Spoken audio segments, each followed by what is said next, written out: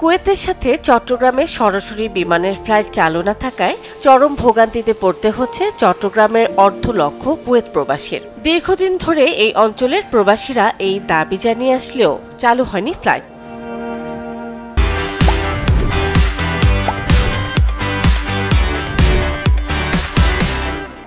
2019 সালে কুয়েত চট্টগ্রাম সরাসরি বিমান বাংলাদেশের ফ্লাইট চালু হলেও যাত্রী সংকটের অজুহাতে কিছুদিন পর বন্ধ করে দেওয়া হয় ফ্লাইটটি। চট্টগ্রাম বিভাগের কুয়েত প্রবাসীরা স্বাচ্ছন্দ্য বোধ করেন চট্টগ্রাম এয়ারপোর্ট দিয়ে যাতায়াতে।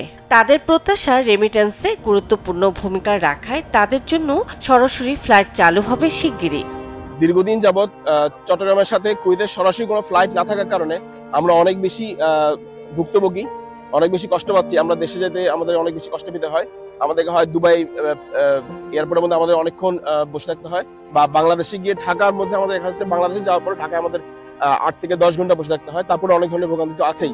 সাপ্তাহিক আগে যে ফ্লাইট ছিল চট্টগ্রামে বিমান বাংলাদেশ এয়ারলাইন্সের, ফ্লাইটটা যদি পুনরায় চালু করে যারা প্রবাসী আছে তাদের জন্য ভালো হয়।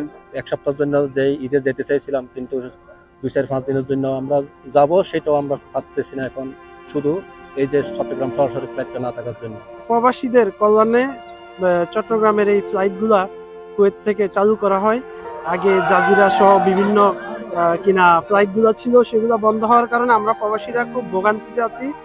বিমান কর্তৃপক্ষ বলছে ছোট এয়ারক্রাফট চালু হলেই এই রুটে বিমান চলাচল সম্ভব। অনেক আগে থেকেই আবেদন করে আসছে যে চিটাগংয়ের বিমান যেন ডিরেক্ট ফ্লাইট অপারেশন করে। আমাদের একটা চেষ্টা আছে, আমরা সবসময় বলে আসতে চেষ্টা করতেছি এবং আমাদের হেড অফিসকে জানানো আছে এবং তাদের এটা নলেজে আছে। ইনশাল্লাহ যখন আমরা এয়ারক্রাফট অ্যাভেলেবেল হবে তখন আমরা ইনশাল্লাহ অপারেট করব আশা করতেছি। কারণ এই মুহূর্তে এয়ারক্রাফট সম্ভবটা, সুতরাং এই মুহূর্তে কষ্টকর হচ্ছে, তবু সবাই চেষ্টা করতেছে।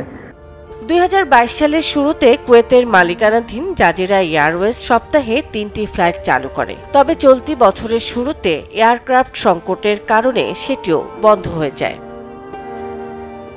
কুয়েতে বর্তমানে বাংলাদেশি আছেন 2,80,000, তার মধ্যে চট্টগ্রামের বাসিন্দা প্রায় 50,000। Desk report, channel 24।